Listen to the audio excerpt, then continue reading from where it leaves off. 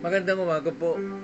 Andito naman po inyong kaibigan, Pastor Greg Pagulayan, na ngayon po ay inyong makakasama sa ating morning devotion. Ngayon po ay araw ng Lunes, ika-23 ng buwan ng Oktubre. So,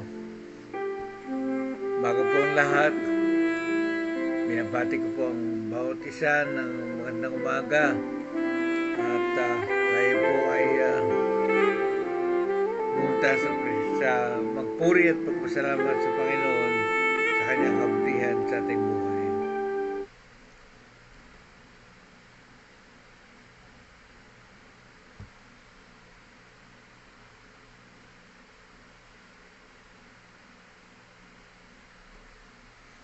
Ngayon po sasamahan po tayo ng mga awit ng Malayang Pilipino.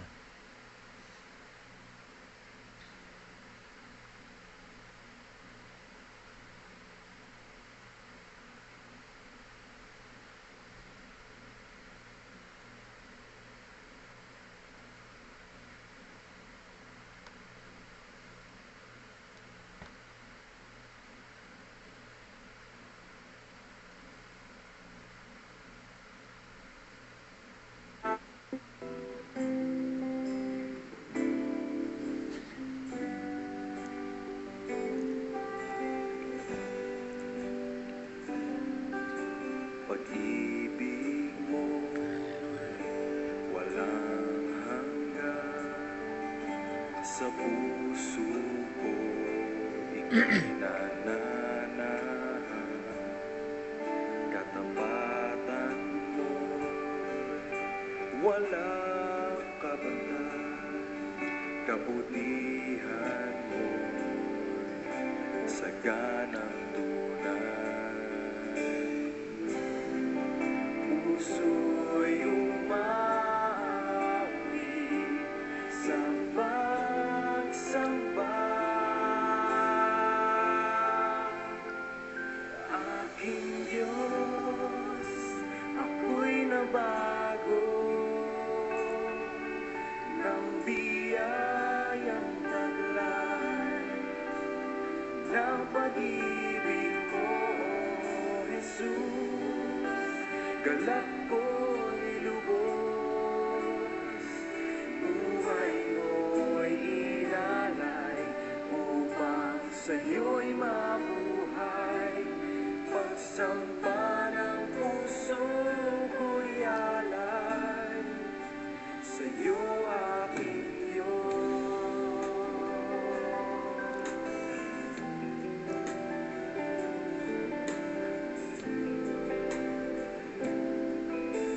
Pag-ibig mo'y walang hanggan, sa puso ko ika'y nananahan. Katapatan mo'y walang kapagnay, kabutihan mo'y saganang puso'y umaawit sa pagsamba. Aking Diyos, ako'y nabago ng biyayang taglay ng pag-ibig mo, Jesus. Galak ko'y lubos, buhay mo'y inalay, upang sa'yo'y mabuhay. Pagsampa ng puso ko'y alay, sa'yo aking Diyos. Wala nang ang makahihigit pa sa'yo. Pag-ibig ko'y wagas sa lahat ng oras. Aking Diyos, ako'y nabago ng biyayang taglay ng pag-ibig mo,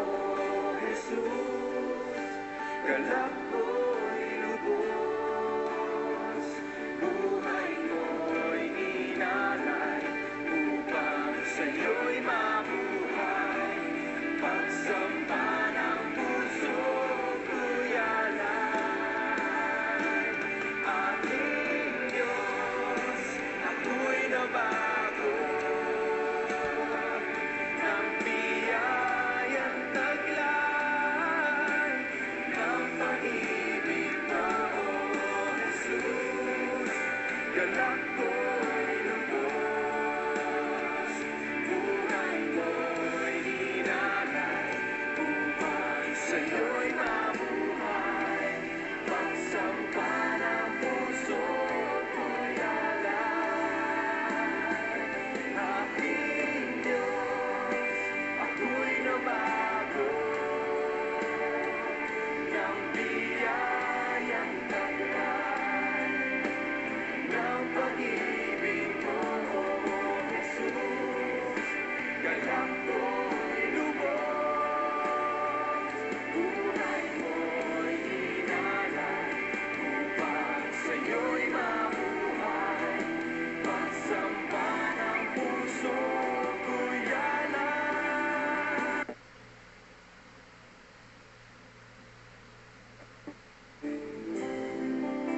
Puso'y umaawit sa pagsamba. Aking Diyos, ako'y nabago ng biyayang taglay ng pag-ibig mo, O Jesus. Galak ko'y lubos, buhay ko'y ilalay, upang sa'yo'y mabuhay. Pagsampa ng puso ko'y alay, sa'yo aking Diyos.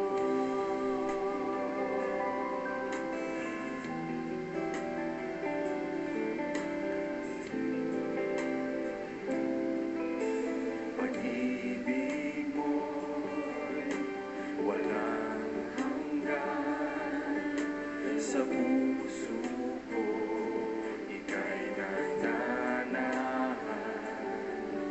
Katapatan mo'y walang kapantay, kabutihan mo'y saganang tunay. Puso'y umaawit sa pagsamba. Aking Diyos, ako'y nabago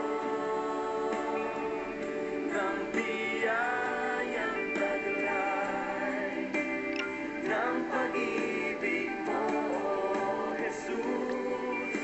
Galak ko'y lubos, buhay mo'y hinalay, upang sa'yo'y mabuhay. Pagsampa ng puso ko'y alay, sa'yo aking Diyos. Wala na ngang makahihigit pa sa'yo. Pag-ibig ko'y wagas sa lahat ng oras. Aking Diyos, ako'y nabago ng biyayang taglay ng pag-ibig mo, O Jesus. Galak ko'y lubos, buhay ko'y inalay, upang sa'yo'y mabuhay. Pagsampa ng puso ko'y alay. Aking Diyos, ako'y nabago ng biyayang taglay ng pag-ibig mo, O Jesus. Galak ko'y lubos, buhay ko'y hinalay, upang sa'yo'y mabuhay. Pagsampa ng puso ko'y alay. Aking Diyos, ako'y nabago ng biyayang taglay ng pag-ibig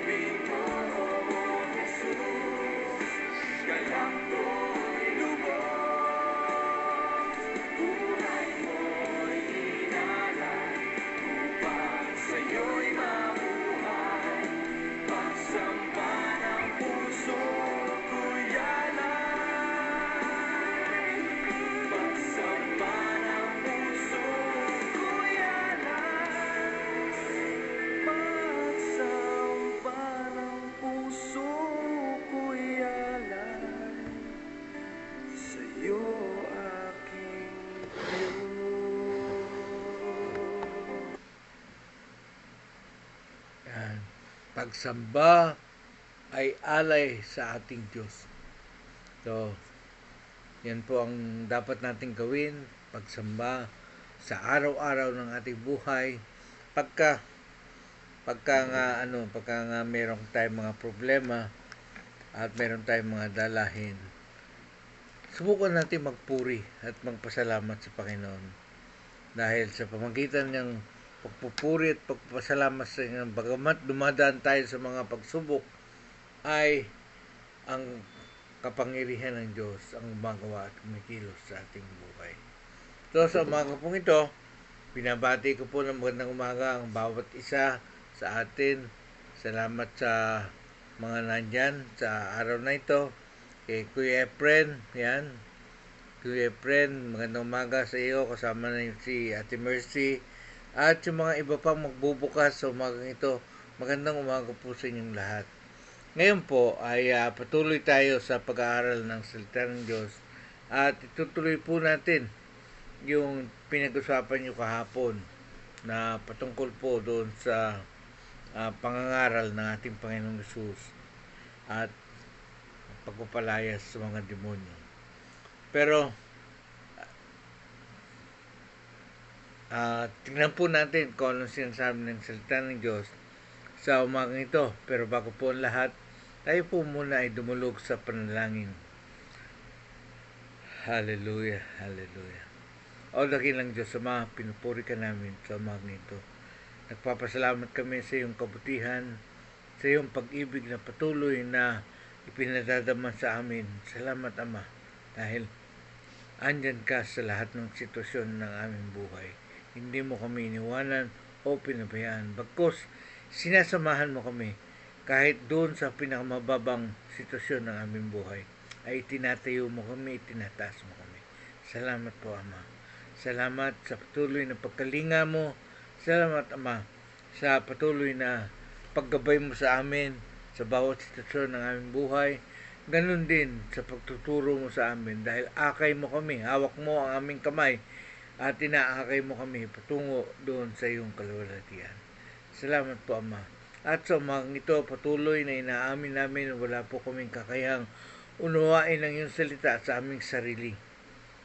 At patuloy na sa kapangyarihan ng iyong banal na Espiritu, ikaw po ang gumawa sa aming kalagitnaan. Buksan mo ang mata ng aming mga puso at isipan upang maintindihan namin at maunawaan namin ang laman ng iyong puso sa iyong pananaw.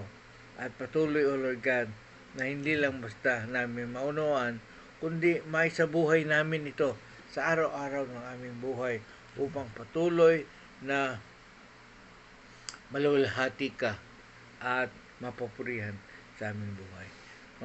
Maraming salamat po Ama. Ito po ang dalangin namin sa pangalan ni Jesus. Amen. Magandang umaga sa iyo Kuya Oka. Magandang umaga sa iyo Ping. So, maraming salamat dahil andyan kayo at araw-araw po na nakakasama ko sa iyo sa ating morning devotion at pananalangin. So ngayong araw pong ito ay patuloy tayo sa ating pinag-aaralan. Nandun na po tayo sa Luke chapter 4 verse 42 to 43. Ito po yung katapusan na ng chapter ng Luke. At nung nakahapon ay patuloy na pinag-aralan nyo yung patungkol sa pagpapalayas ng ating Panginoon sa mga demonyo, sa mga inaalihan ng demonyo.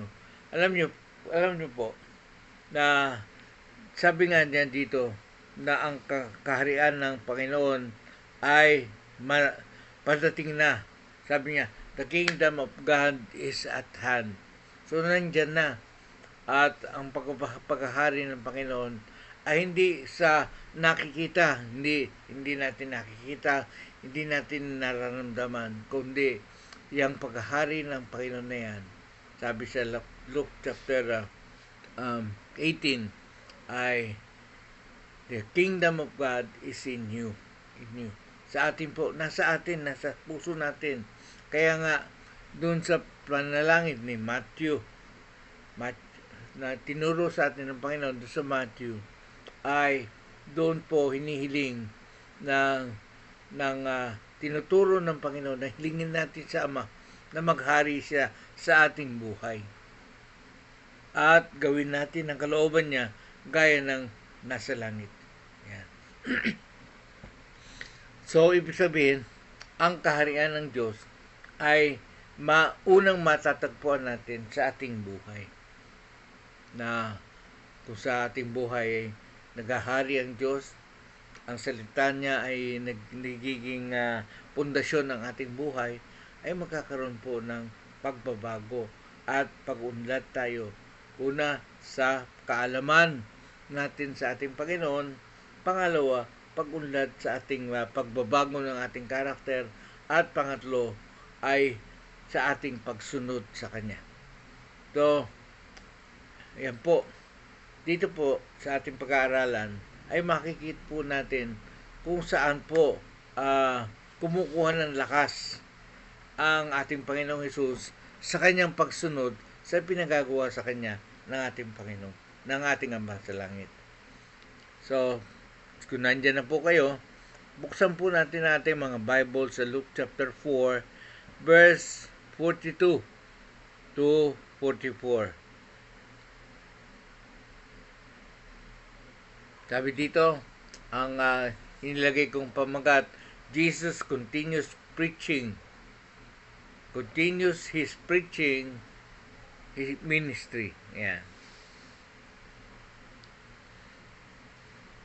Verse 42, basahin po natin.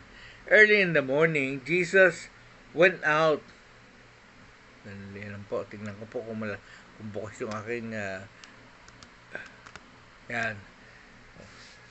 Kasi minsan napapabayaan kong patay yung ating pangalan sound dito. Sina-silent ko. Pero, ayan. So, tuloy po tayo.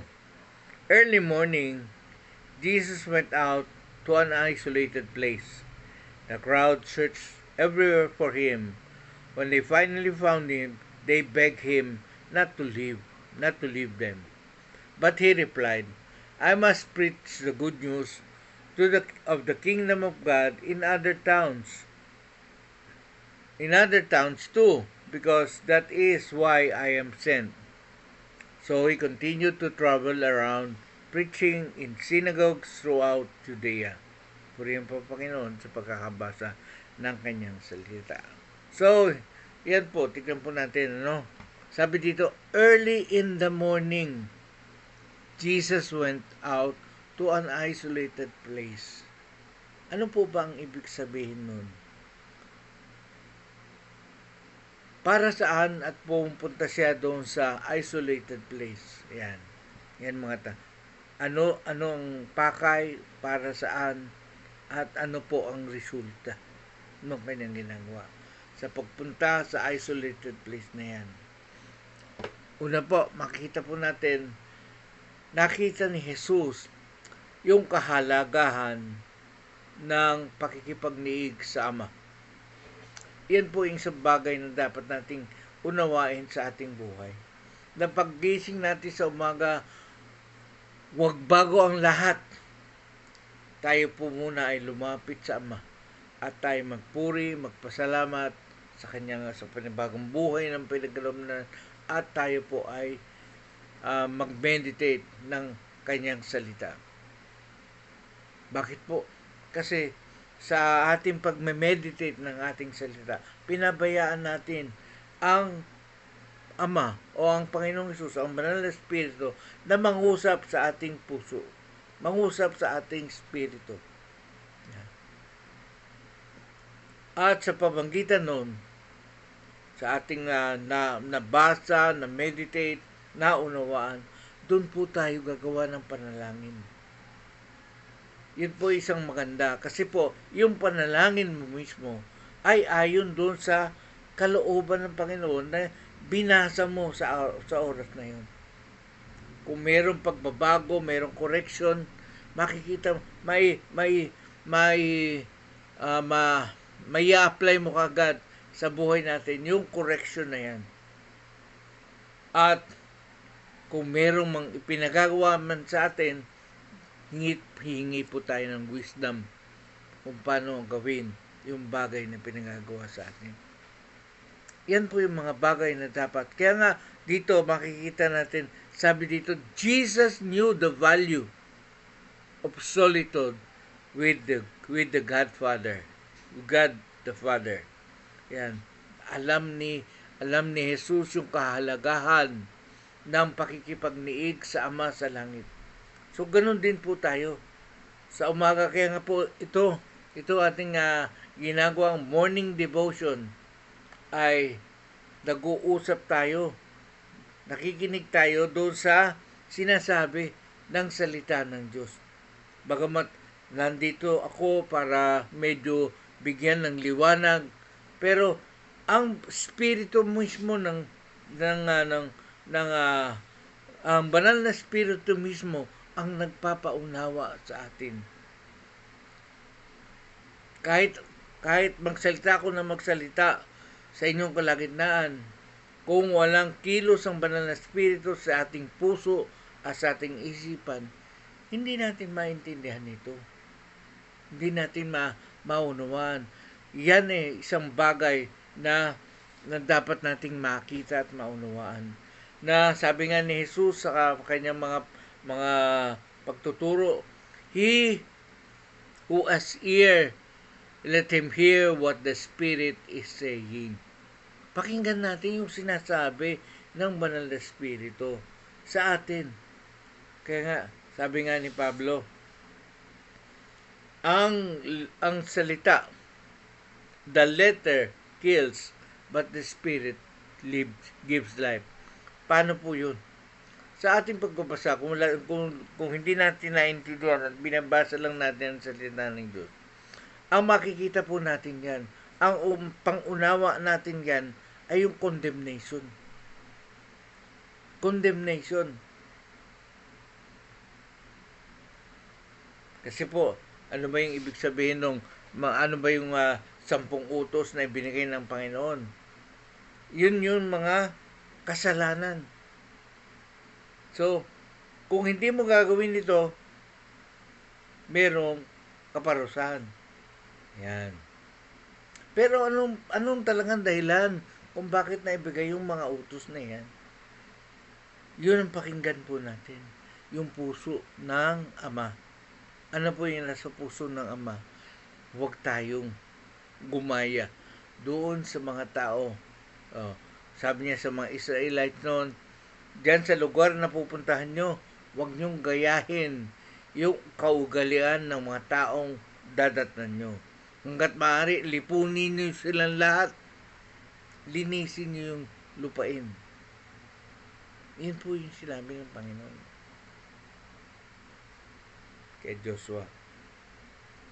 Subalit, naging matigas ang ulo ng mga Israel na nakinig sila sa panlilinglang ng mga kaaway o yung mga occupants ng lugar na yun. Ayun, hanggang ngayon, tinik sa kanilang tagliran. Sino po ba yan? Yung mga Palestino. Pinawa-wise out yun ng Diyos nung araw. Basahin niyo po sa Joshua. Merong isang grupo ng tao na nagpagkasundo sa kanila na tinanggap nila para makasama. At yan po yan po yung naging tinik nila mula pa noon hanggang ngayon. Kaya kung titingnan po natin, balikan po natin to. Kailangan na patuloy na nandun tayo sa presensya ng Panginoon tuwing umaga. Dahil doon natin matatanggap ang mga instruction niya para sa atin. Katulad ng ating Panginoong Sus. Ginugol niya yung kanyang lakas sa pangangaral. Pangangaral at sa pagpapagaling at sa pagpapalayas ng demonyo. Pero, saan nanggagaling yung kapangyarihan na yun? Hindi sa kanya dahil siya ay tao. Noong panahon na yun, hindi sa kanya, pero sa nanggagaling sa kapangyarihan ng Ama na binabasa kanya sa pamamagitan ng banal na Espiritu. Ganon din po tayo. Ganon din po tayo dahil sinabi ng salita ng Diyos na yung, sabi nga ni Pablo, yung nag-raise up kay Jesus sa kanyang kamatayan, ay yun din spiritong tinanggap natin nung tayo lumapit at magsumuko sa ating Panginoong Jesus. Yan. Yan po yun. So, ibig sabihin, yung kapangyarihan ng ating Panginoong Jesus ay nanggagaling sa banal na Espiritu. At tayo man, kung tayo patuloy na lumalapit at nag-spend time sa ating Panginoon, yung kapangyarihan na yun may inhabit din natin. Ano po yung bunga ng kapangyarihan? Kapangyarihan para talikuran natin ang kasalanan. Para magtagumpay tayo sa lahat ng tukso. Kapangyarihan para manindigan sa tama, sa totoo, at sumunod sa salita ng Diyos. Yan po yung mga kapangyarihan. At ganun din, kapangyarihan para maging kagamit tayo para ipahayag ang kabutihan ng Diyos. Ay pahayag ang kaharian ng Diyos. Yan po yan. So, kung titignan po natin, sabi dito, merong malaking trabahong ginagawa ang ating Panginoon Jesus. Ano po yun? Yung pangangaral niya patungkol sa kaharian ng Diyos at yung kanyang mga ginagawa para ipatunayan ang kapangyarihan ng Diyos sa pamamagitan ng pagpapagaling ng may sakit at pagpapalayas ng demonyo sa buhay ng mga sinasapian nito. Kaya nga kung titignan po natin, yung kapangyarihan na yan ay nanggagaling sa kanyang araw-araw na pakikipag-isa sama doon sa solitude na lugar, sa ilang na lugar na kung saan gustong-gusto niyang manatili nakausap ang Ama sa langit. Kaya nga, kung titingnan natin, very essential sa kanya yung mga disyerto. Kasi yun yung lugar na kung saan tahimik siya lang at ang Ama niya ang magkausap. So sa atin, ano ba ang ginagawa natin? Gaano katagal ka na nagbababad sa presensya ng Panginoon paggising mo sa umaga? Baka paggising natin siya salamat Panginoon sa panabagong buhay, salamat po, ganito, ganon. At patuloy na pinupuri ka namin, pinasasalamatan ka namin sa araw na ito, patuloy na gabayan mo kami. Ganun lang. Hindi Ang dapat natin gawin ay patuloy na mag-meditate tayo. Sa ganung paraan tayo sa ating pag-meditate ng salita ng Diyos, naririnig natin yung sinasabi ng Espiritu. Nauunawaan natin yung sinasabi ng Espiritu para sa atin sa araw na yun. Bakit nga? Sabi nga ni Jesus, yan po yung ating pagkain araw-araw. Sabi nga hindi lang sa pagtinapay na bubuhay ang tao. Kailangan mo din palakasin at pakainin ng iyong Espiritu. Ang iyong Espiritu mo ay kakain sa Espiritu ng Diyos. Bakit? Yung tinanggap mong Espiritu ay kailangan lumago sa iyong buhay. Kailangan lumakas. Kumbaga, imbis na ikaw, ang iyong sarili, ang iyong pananaw, ang iyong ugali at yung katalinuhan mo ang umiiral, ay unti-unti magte-take over ang Espiritu ng Diyos sa ating buhay. Kaya nga nagkakaroon ng pagbabago. Kaya nga nagkakaroon ng patuloy na pagsunod ang tao sa kalooban ng Diyos. Dahil dyan sa kapangyarihan ng banal na Espiritu niyan. Kung wala yan sa ating buhay, hindi natin kayang sumunod. Hindi natin kayang magbago. Hindi natin kayang unawain ang salita ng Diyos. Sabi nga pag binasa mo ang salita ng Diyos, pwede kang makatulog. Pag binasa mo yung salita ng Diyos, anong mangyayari sa iyo? Katulad ng iba, meron dyan nagbabasa, nagtuturo ng salita ng Diyos.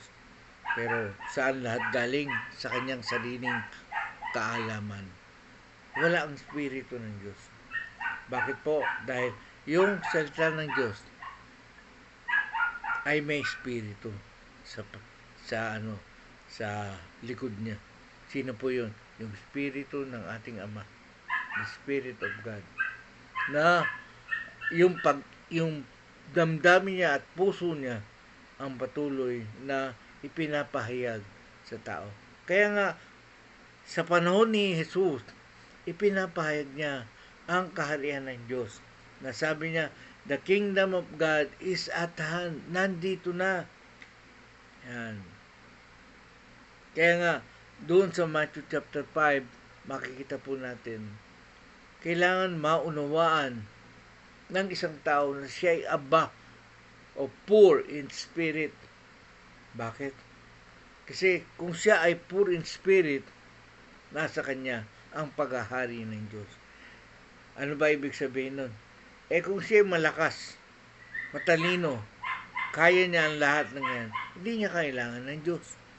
Pero kung siya ay aba sa lahat ng sitwasyon sa kanyang buhay, hahanap siya at hahanap, tatawag siya at tatawag sa Diyos dahil wala po siyang kakayahan. At patuloy na mauunawaan natin yung sinasabi sa Matthew chapter 5 verse 3 hanggang doon sa verse 12 na nagsasabing siya, ikaw, tayo ay ilaw na ng sanlibutan at asin ng sanlibutan. So, ibig sabihin, hindi lang basta ganun yun na tinuno yung beautiful attitude, kundi kailangan unawain mo, aralin mo araw-araw kung ano yung sinasabi doon. Kasi yan po yung journey ng ating buhay. Kung paano ang isang tao ay magiging kahawangis ng ating Panginoong Jesus. Yan po yung titignan po natin. Tuloy nating uunawain. Kaya nga sabi dito, yung time niya sa desert ay napakahalaga sa kanya. Napakahalaga. Yung oras niya sa desierto, napakahalaga niya. Dahil doon siya kumukuha ng lakas, talino at kakayahan para gawin yung mga dapat niyang gawin. At ano po yung dapat niyang gawin? Sabi niya, bakit po? Sabi dito, hinahanap siya ng mga tao. At nung makita siya ng mga tao na pababa na sa bundok, ano sabi sa kanya? Pinakuusapan siyang huwag umalis ng lugar na yun. They beg him not to leave them. Huwag silang iwanan. Gusto ng mga tao, doon na lang si Jesus. Pero hindi. Ito sabi niya, I must preach the good news of the kingdom of God in other towns too, because that is why I was sent. So, alam niya kung anong gagawin niya. Alam niya kung anong tungkulin niya. Alam niya kung ano ang mission na ibinigay sa kanya ng Ama. Ano yung mission? To preach the good news of the kingdom of God. Kaya kailangan maunawan ng tao. Hindi lang sa lugar na kanyang pinuntahan, kundi doon sa buong lugar ng Judea.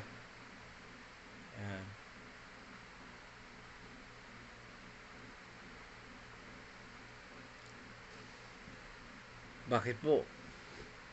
Yan ang papel niya. Kailangan maunawaan ng tao ang paghahari ng Diyos. Bakit po?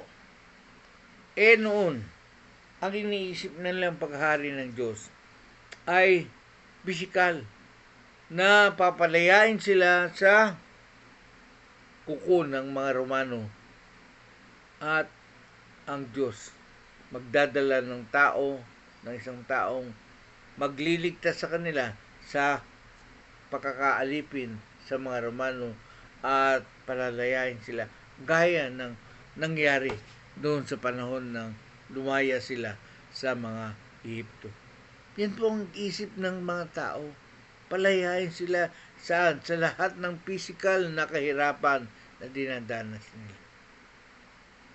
Pero iba po ang paghahari ng Diyos. Iba doon sa pananaw ng tao. Kaya nga merong misconception of the kingdom of God na paghahari.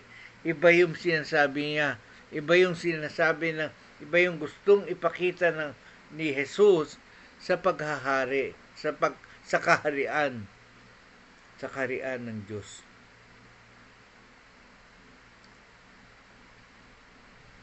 Yan po. Kaya sabi niya, yan ang dahilan kung bakit ako sinugo para ipangaral, ituro ang totoong tungkol sa paghahari ng Diyos, kaharian ng Diyos, the kingdom of God. At yung pagtuturo ay yun ang kanyang main ministry. Yan. Yun talaga ang pagtuturo niya. Pero bakit siya nagpapagaling ng may sakit? Bakit siya nagpapalayas ng demonyo? Case-to-case basis po yan. Dahil kailangan ng isang himala o isang patutuo na ang kapangyarihan ng Diyos ay nandyan. Patutuo sa mga tao. Bakit? Tingnan po.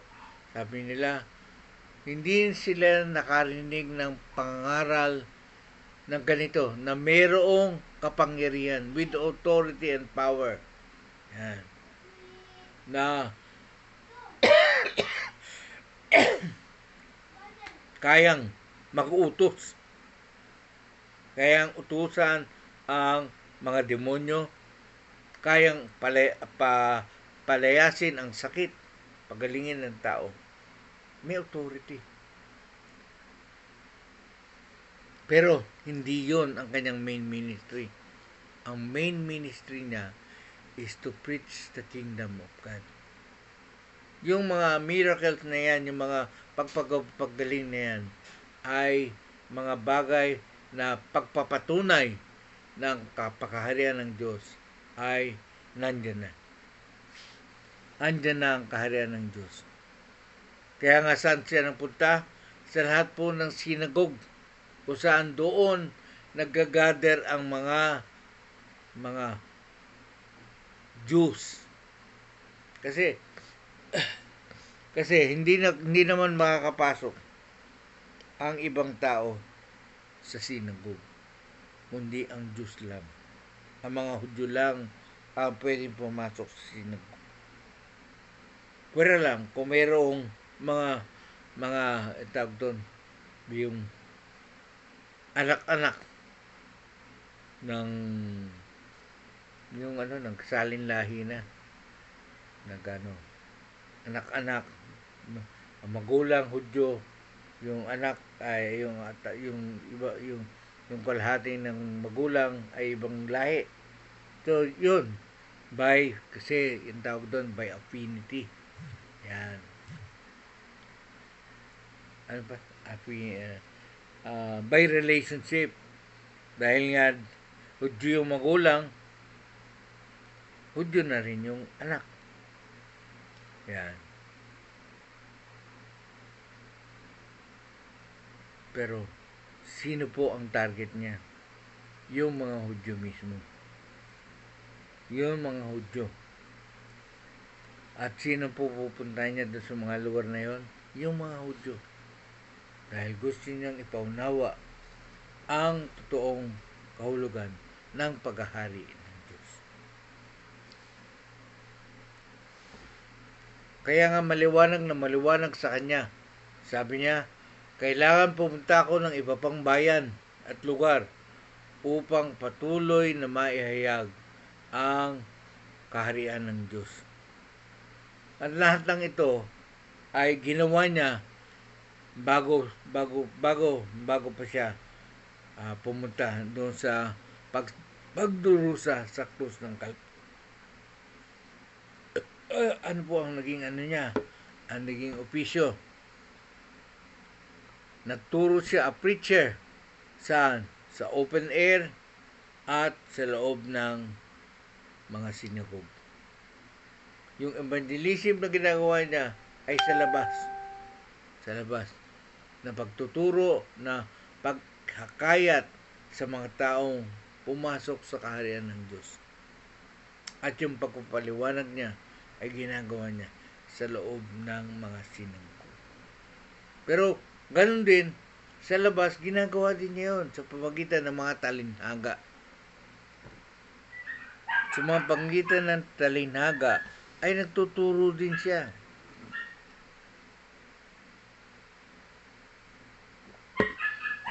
Bakit po? Alam niya yung kultura sa lugar na yun. At yung talinhaga ay ilustrasyon para maunawaan ng tao yung kanyang sinasabi. Bakit po? Yan po yung mga ilustrasyon na galing sa pang-araw-araw na buhay. Kaya lang, ginagawa po niyan talinhaga. Bakit po? Bakit ginagawa niyang talinhaga? Mayroon pong purpose. So, kung titingnan po natin at patuloy nating unawain ang ministeryo ng ating Panginoong Hesus ay hindi niya ginagawa sa sarili niyang kakayahan. Ginagawa niya ito sa kapangyarihan ng banal na Espiritu. Bakit po? Dahil siya'y tao nung panahon na yun. So, ibig sabihin, kung siya'y tao nung panahon na yun, tayong mga tao ngayon, kaya rin din natin gawin kung tayo ay totoong nagsuko ng ating buhay sa ating Panginoong Hesus at patuloy na nakikinig at matamang nag-aaral ng salita ng Diyos. Dahil kung ano yung Spiritong na Jesus na nag-raise up sa Kanya, sa Kanyang kamatayan, ay siya na yung Spiritong tinanggap natin nung tayo ay lumapit sa ating Panginoong Hesus. Kaya nga, kung titignan po natin at unawain natin, doon sa Matthew chapter 28, sinabi niya doon sa 18, all authority in heaven and earth was given to me. So, ibig sabihin, yung dating authority na ninakaw ng kaaway ay bumalik na sa kanyang kamay. At ngayon, inuutusan niya ngayon ang tao. Ibinabalik ang tao ngayon sa kanyang tungkulin to have dominion. To have dominion. Bakit po? Yan po yung original plan ng Panginoon, ng Diyos. Na kaya niya nilikha ang tao, kaya niya nilikha ang Eden, ay yun ang lugar na kung saan pwedeng mag face to face ang tao at ang Diyos. Kaya nga sabi niya dito, go into all places from Judea to Samaria and to the ends of the world. So, ibig sabihin, take dominion. Magpakarami kayo and take dominion. Preach the gospel. And preach the gospel. And teach them to obey my commandment. Bakit po? Para patuloy na maunawaan nila ang paghahari ng Diyos. Magandang umaga po sa inyong lahat. Tayo po'y manalangin. O dakilang Diyos, Ama, pinupuri ka namin sa umagang ito. Patuloy na ikaw po, O Diyos, na nagbubukas ng iyong salita sa bawat isa sa amin. Salamat, Ama, dahil binibigyan mo kami ng ehemplo kung paano kami makakasunod at patuloy na masusustain namin yung patuloy na paglapit na pagsunod namin sa ginagawa mo. At patuloy na makamit po namin ang tagumpay na binigay mo sa amin. Sabi nga na ang sino man ay binigyan ng buhay na ganap at kaaya-aya. Yung ganap at kaaya-aya ay buhay na may tagumpay sa lahat ng sitwasyon. Kaya Ama, salamat po. Salamat sa patuloy na ginagawa mo sa aming buhay. Salamat, Ama, sa paggabay mo sa amin, sa pagbubukas mo ng iyong salita sa aming kalagitnaan. Ama, pinupuri ka namin, niluluwalhati ka namin, dinadakila ka namin. At patuloy, Ama, nagpapasalamat kami dahil hindi mo kami iniwan ng mangmang, magkos patuloy na tinuturuan mo kami na maunawaan ang iyong damdamin, ang iyong puso, ang iyong plano, at yung nais na mangyari sa sa buhay namin. Salamat.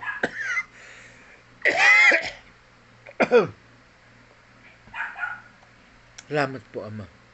Salamat po. Pinupuri ka namin. Niluluwalhati ka namin. Dinadakila ka namin. Oh, hallelujah. Ganon din. Patuloy din namin itinataas din sa iyo ang yung bansang Israel na sa ngayon ay patuloy na dumadanas ng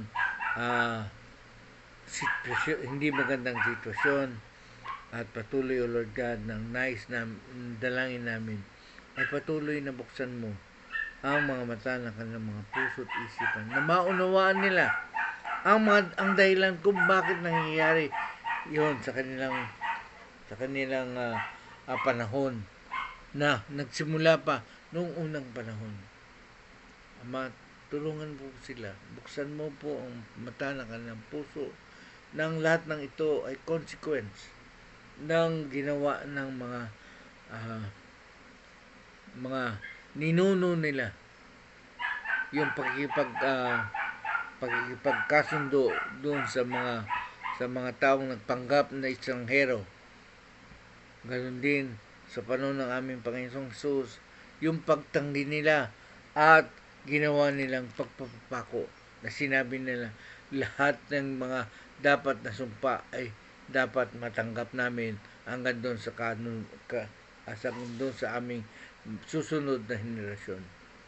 Ama, buksan mo ang mata ng kanilang mga puso at isipan na maunawaan nila na ang mga nangyayari sa kanilang buhay ay patuloy na pagpapaalala mo, patuloy na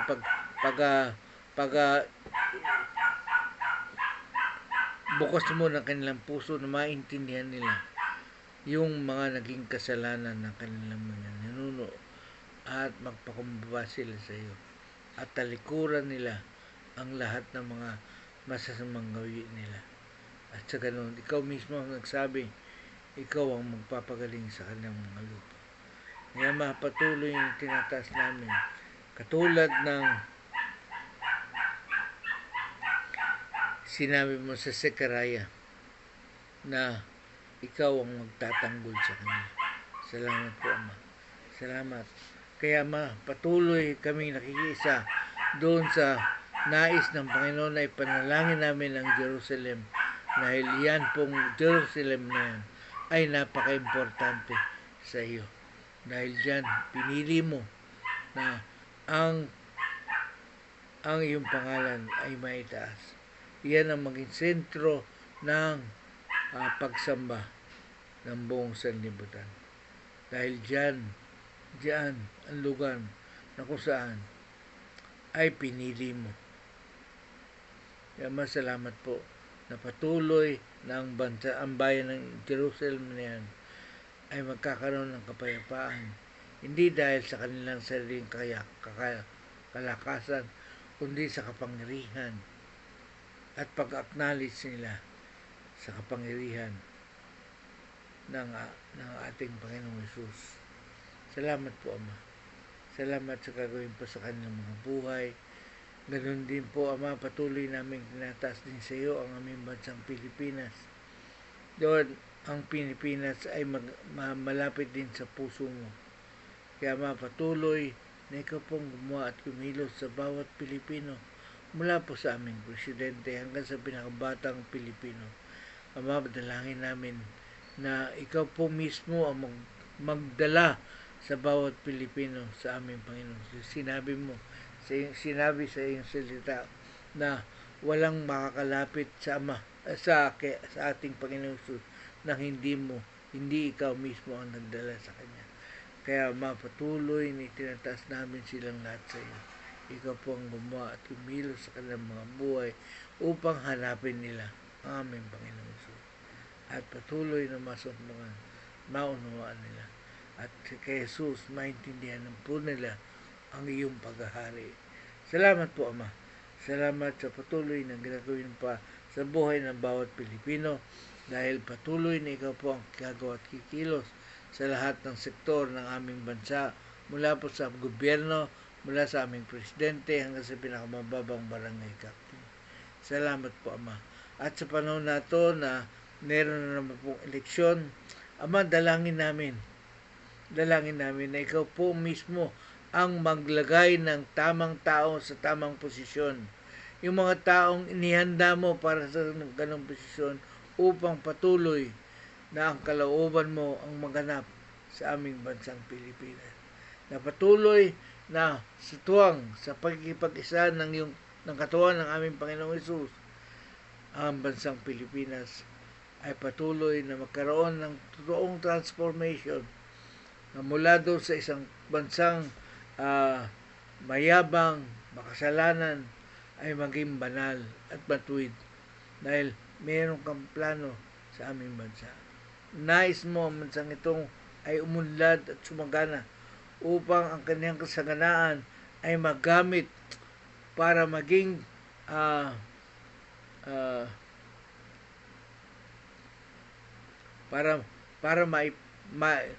magamit para sa pagpapadala ng mga misyonero para dalhin ang iyong salita sa iba't lugar ng buong mundo upang patuloy na lahat ang salita mo ay maunawaan ang kaharian mo, ang patuloy na maipahayag at ganun din maibalik sa pagbabalik ng iyong salita sa bayan ng Israel. Kaya salamat po. Salamat po dahil mayroon kang dakilang plano sa aming bansa na maraming propetang nagsabi sa aming bansa at sa aming pag-aaral ng iyong salita ay patuloy din na ipinapaunawa mo ang papel ng mga Pilipino sa huling panahon. Kaya salamat po. Salamat po, Diyos, sa patuloy na gagawin pa sa aming buhay. Salamat po, Ama, sa gagawin pa sa lahat ng sektor ng society, sa 8 pillars of our society. Dalangin din namin, Ama, na ikaw po ang maglagay ng tamang tao sa tamang posisyon upang patuloy na magkaroon ng totoong pagkakaisa ang lahat ng sektor patungo sa totoong pagbabago ng aming bansang Pilipinas. Salamat po, Ama. Pinupuri ka namin. Ganun din sa oras na ito, itinataas din namin ang aming mga kasama sa umagang to na nag-downward at nag-devotion at nanalangin. Ama, kilala mo po ang bawat isa sa kanila. Alam mo ang laman ng aming mga puso. Alam mo ang aming mga struggles. Alam mo yung aming mga pangangailangan. Lord, wala pong imposible sa iyo. Wala pong imposible. Ikaw ang Diyos na makapangyarihan na lumikha ng langit at lupa. Wala pong mahirap, wala pong imposible sa iyo. Kaya patuloy na inaangkin namin, yes Lord God, ang lahat ng katugunan sa panalangin ng bawat isa. Dahil ito'y sinabi at pinangako ng aming Panginoong Jesus na sa aming paglapit sa iyo, Ama, panampalatayanan na namin, na tinanggap na namin ang lahat ng aming panalangin. Dahil ito ay makakamit namin. Yan po ang pangako ng aming Panginoong Jesus na siya mismo nagsabi sa Mark chapter 11 verse 24. Kaya salamat po.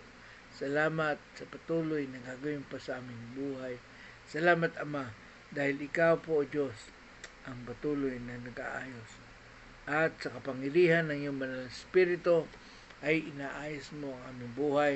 Patuloy na hinuhubog mo kami patungo sa wangis ng aming Panginoon Jesus.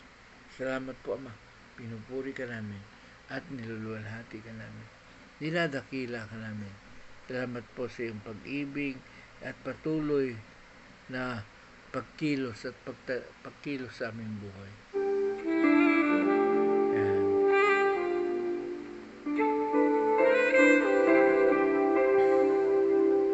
So,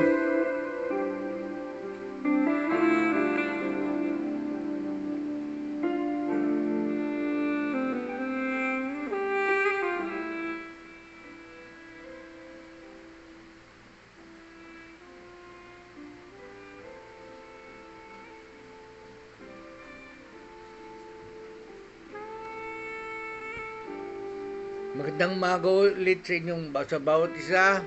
Sa iyo, Kuya Efren, Ate Mercy, Kuya Oka, si Ping, sino pa, ang mga nandyan. Yung aking mga kaklase sa sa PCC, yung batch 75. Maraming salamat din sa inyo. At ganun din sa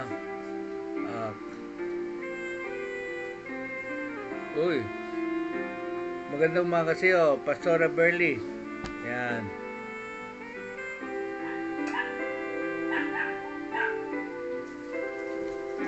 So, muli, nanyang ko po ang bawat isa.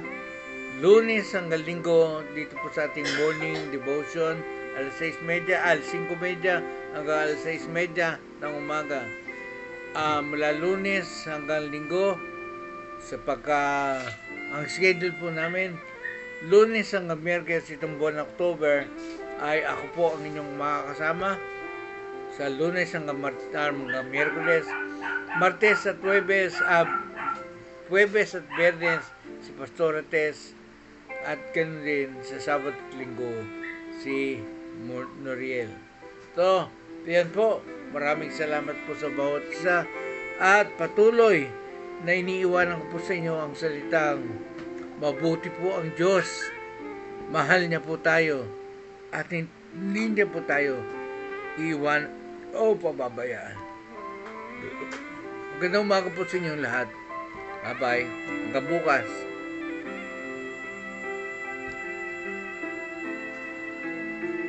Alam mo kung bakit